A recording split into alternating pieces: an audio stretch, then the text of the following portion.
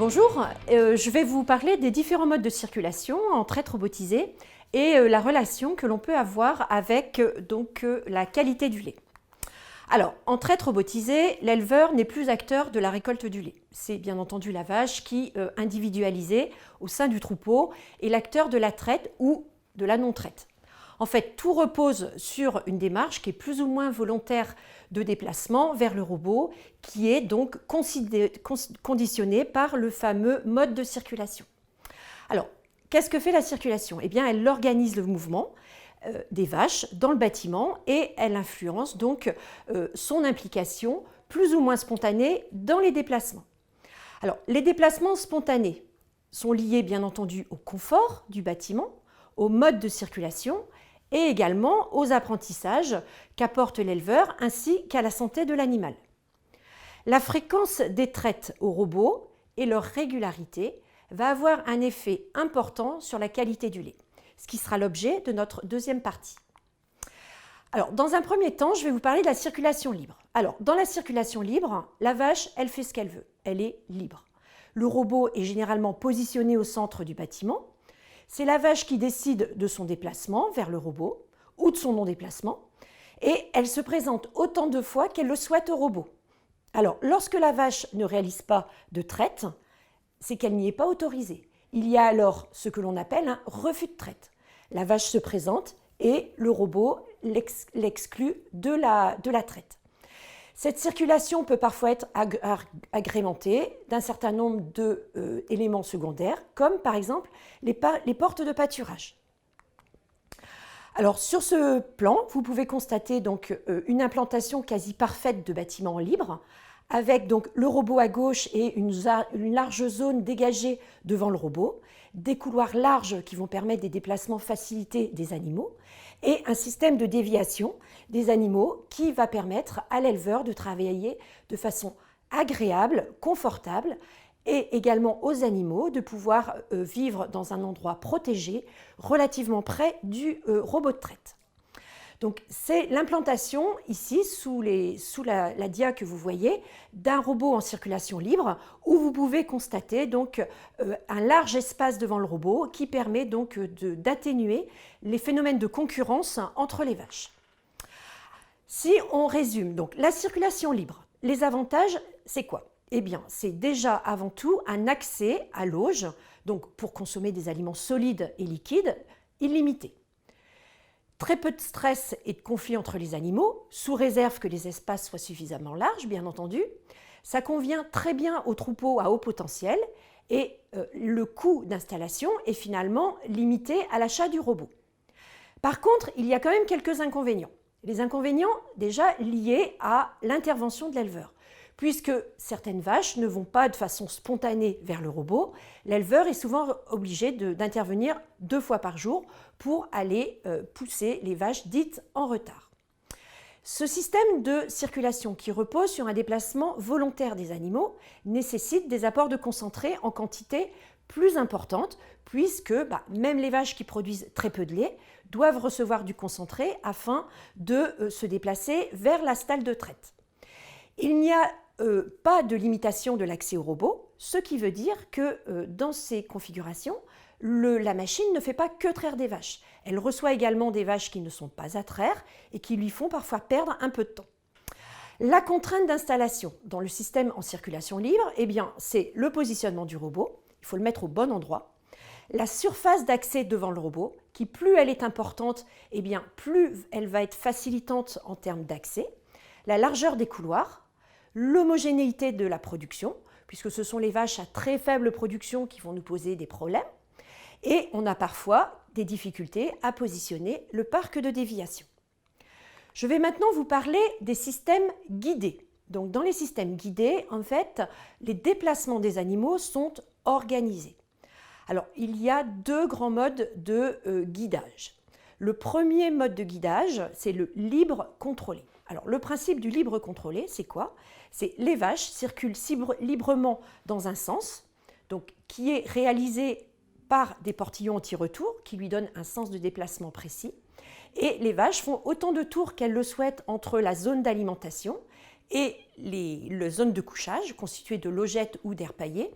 Et elles sont retenues dans le parc d'attente du robot par une porte intelligente qui va avoir comme fonction donc, de réguler les déplacements des vaches qui auraient oublié d'aller se faire traire, donc qui seraient en retard à la traite, pour les inciter donc à aller se faire traire. Dans les systèmes de présélection, on a également une circulation qui est organisée, mais dans ce cas-là, la porte intelligente, plutôt que d'être située en sortie de robot, donc après la traite, elle est située avant le robot.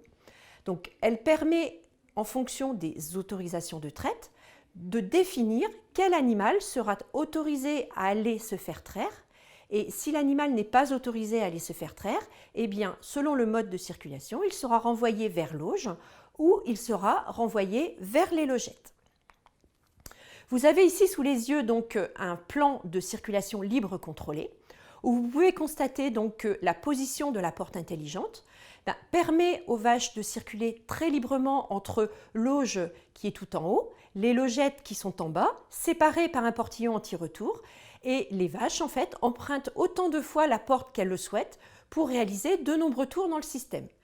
Lorsque la vache a oublié d'aller se faire traire, eh bien la porte intelligente la repère en tant que telle, et soit elle va la retenir dans le parc d'attente devant le robot de traite, ou alors elle va la dévier vers la gauche dans le parc de déviation où la vache pourra attendre l'intervention de l'éleveur. Le système de circulation libre contrôlée présente de nombreux avantages. Déjà, très peu d'intervention de la part de l'éleveur. Pourquoi ? Parce que c'est la porte intelligente qui finalement garde un œil sur les vaches en retard. Donc elle fait le travail de l'éleveur. Ce système convient particulièrement bien aux troupeaux à niveau de production hétérogène, où il y a à la fois des vaches qui produisent beaucoup de lait et surtout des vaches qui produisent peu de lait. Ces dernières vaches, puisqu'elles sont emmenées dans un circuit, ont plus de chances d'arriver devant le robot et de se faire traire que dans les systèmes libres. La circulation libre contrôlée permet également d'avoir une approche un peu plus économe de la quantité de concentré que l'on va distribuer dans les robots de traite. Pourquoi ? Parce que comme la vache est incitée à se déplacer, eh bien finalement l'attractivité naturelle du robot, elle a besoin d'être moins importante. Donc on va mettre moins de bonbons pour attirer les vaches que dans un système libre. Ce système facilite un accès illimité à la table d'alimentation, sous réserve bien entendu que la porte soit bien réglée. Et la porte, eh bien, elle sert également à organiser le pâturage et à dévier les vaches vers le box de déviation lorsqu'elle est bien positionnée. Donc finalement, elle joue un rôle triple, à savoir de réguler la circulation, de dévier les animaux ou de les envoyer vers le pâturage. Alors, quels sont les inconvénients de la circulation libre contrôlée ? Si les réglages ne sont pas optimums, on risque d'avoir des bouchons. Et des bouchons où ? Eh bien, des bouchons dans le parc d'attente. Le deuxième inconvénient, c'est bien entendu la présence d'un équipement supplémentaire, cette fameuse porte intelligente et les portillons qui vont augmenter le budget d'installation du système. Également, le système va nécessiter un peu plus d'apprentissage, puisqu'il va falloir que l'éleveur, lorsqu'il habitue un animal à ce nouveau système, lui montre que la porte est un moyen d'accéder directement à la table d'alimentation. On peut avoir parfois un petit peu d'attente devant le robot. Et ce qui est important, c'est donc de valider à l'aide de rapports donc les accès nombreux au fourrage pour que les animaux mangent suffisamment. Et plus les animaux mangent de fourrage, c'est en général qu'ils ont bien compris le système de circulation et que la porte intelligente est bien réglée. Donc dans ces systèmes de circulation libre contrôlée, la contrainte, eh bien, elle est beaucoup plus d'ordre informatique, puisque c'est les réglages logiques et adaptés de la porte intelligente qui vont être l'élément de liberté ou de contrainte du système. Il faudra également que la porte intelligente soit implantée au bon endroit et que l'éleveur eh bien, passe le temps nécessaire à l'apprentissage des animaux. Alors, le dernier mode de circulation, c'est la présélection. Donc là, sur ce schéma, vous pouvez visualiser donc, un bâtiment où on a une circulation en présélection. Donc vous voyez en bas qu'on a une porte intelligente qui, lorsque les animaux s'y présentent, les envoie soit vers le parc d'attente devant le robot, soit vers l'auge. Vous pouvez constater également que le bâtiment est très cloisonné, puisqu'il y a 3 zones bien distinctes. Une zone liée donc à la prise alimentaire, où les vaches ne font que manger. Une zone donc liée à la traite, avec le robot traite, ainsi qu'une zone liée au couchage. Et le déplacement entre la zone d'alimentation et la zone de couchage se fait par des portillons anti-retour.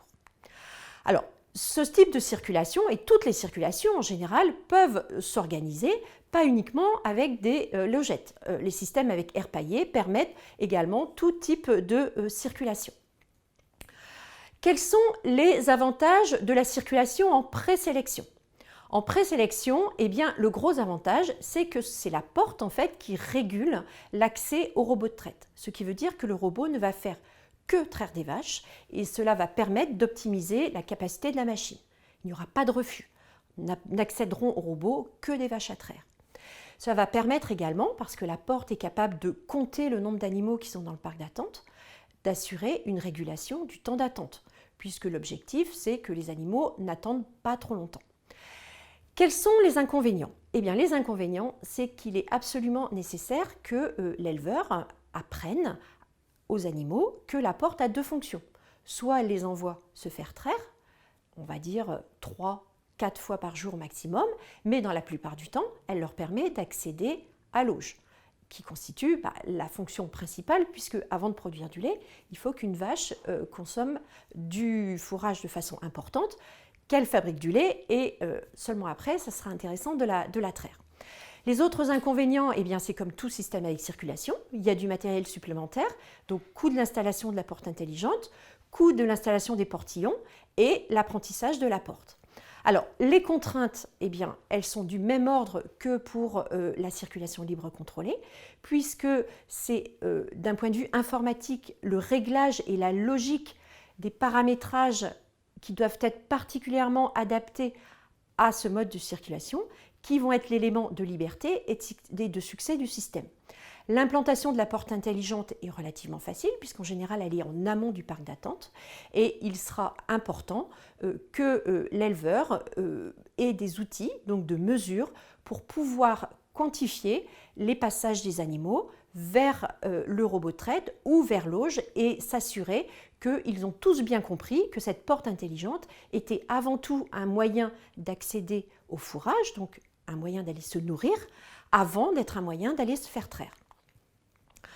Donc l'implication des différents systèmes dans la réussite de la traite. Donc les systèmes libres, finalement, si on résume, le robot il est posé au milieu du bâtiment et les vaches tournent autour de lui. Donc finalement, c'est un organe qui fait que traire des vaches. Il n'est absolument pas impliqué dans les déplacements des animaux. Et par contre, on va avoir une pression relativement forte sur, tout d'abord, les paramètres d'attractivité. Il faut que les vaches aient envie d'aller vers le robot. Donc l'attractivité, elle va être permise à la fois par l'alimentation, elles ont envie d'aller manger quelque chose qui va leur plaire, et l'accessibilité, elles se déplacent facilement pour arriver vers ce robot. On aura également une pression importante sur la démarche volontaire de la vache. La vache, elle est libre de se déplacer ou libre de ne pas déplacer. Donc, dès qu'on aura un souci de motricité, de boiterie, eh bien, on aura des difficultés à faire fonctionner ce système. Et également, le troisième point, c'est bien entendu le travail de l'éleveur, puisque dans les systèmes libres, ce n'est jamais 100% des vaches qui sont totalement autonomes, et pour les vaches non autonomes, eh bien, l'éleveur va devoir être l'acteur du déplacement de l'animal, aller les chercher pour gérer les vaches en retard. Alors maintenant, qu'est-ce qu'il en est donc des systèmes de traite robotisés avec une circulation? Donc dans le cadre des systèmes avec circulation, vous avez vu tout à l'heure que les vaches se déplacent selon un système organisé. Donc finalement, le robot de traite n'est qu'un des maillons de l'organisation de tout le déplacement des animaux. Et un certain nombre d'autres accessoires interviennent. En l'occurrence, les portes intelligentes, les portillons et les barrières. Donc, c'est l'organe de traite qui est également impliqué dans la prise de nourriture, la prise d'eau et le couchage des animaux. Cela va entraîner donc une pression beaucoup plus forte sur la logique de la circulation, le bon lieu d'implantation des différents outils, le robot, la porte intelligente, les portillons, et également les paramétrages des outils de régulation, en l'occurrence les autorisations de traite et le réglage des portes intelligentes qui vont être les éléments de liberté de déplacement des animaux. On aura par contre dans ces systèmes une pression beaucoup plus faible sur la santé des animaux et sur l'alimentation. Alors maintenant, dans tous les systèmes, avec traite robotisée, il ne faut jamais oublier de se pencher sur le local de déviation. Pourquoi? Parce que les animaux étant par définition libres et autonomes dans un système où ils vont manger, ils vont dormir, ils vont se faire traire, eh bien, il faut quand même que l'éleveur puisse réaliser des actions et pouvoir les approcher de près lorsqu'il a un certain nombre de contrôles ou d'actes zootechniques à réaliser. Donc la finalité du local de déviation, eh bien, c'est de dévier les vaches du circuit dans les meilleures conditions, à la fois de confort pour elles et pour l'éleveur qui va intervenir. Donc, quand on n'a pas de local de déviation, on a malheureusement une dégradation rapide des résultats techniques. Pourquoi? Parce que l'éleveur est en grande difficulté pour soigner les animaux.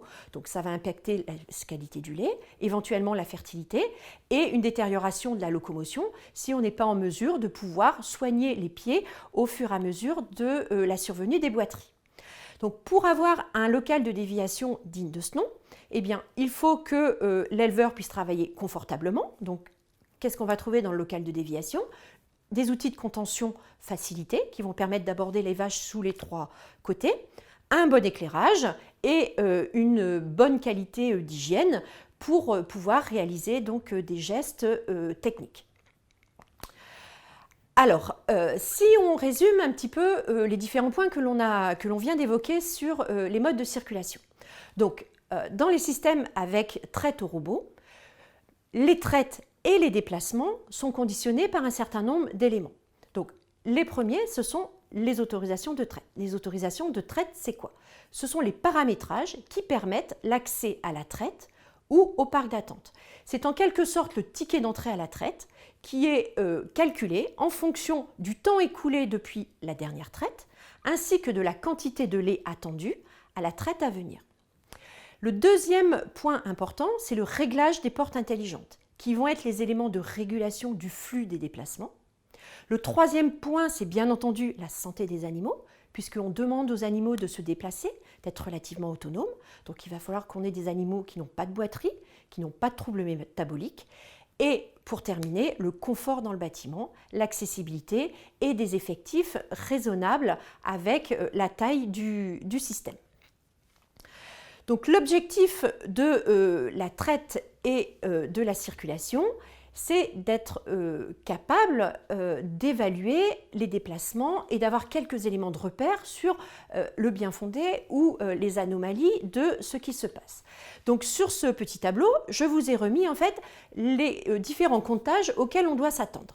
Donc dans un système en libre, eh bien qu'est-ce que l'on va compter? On va compter les traites et le nombre de fois où les vaches se sont présentées et ont été refusées.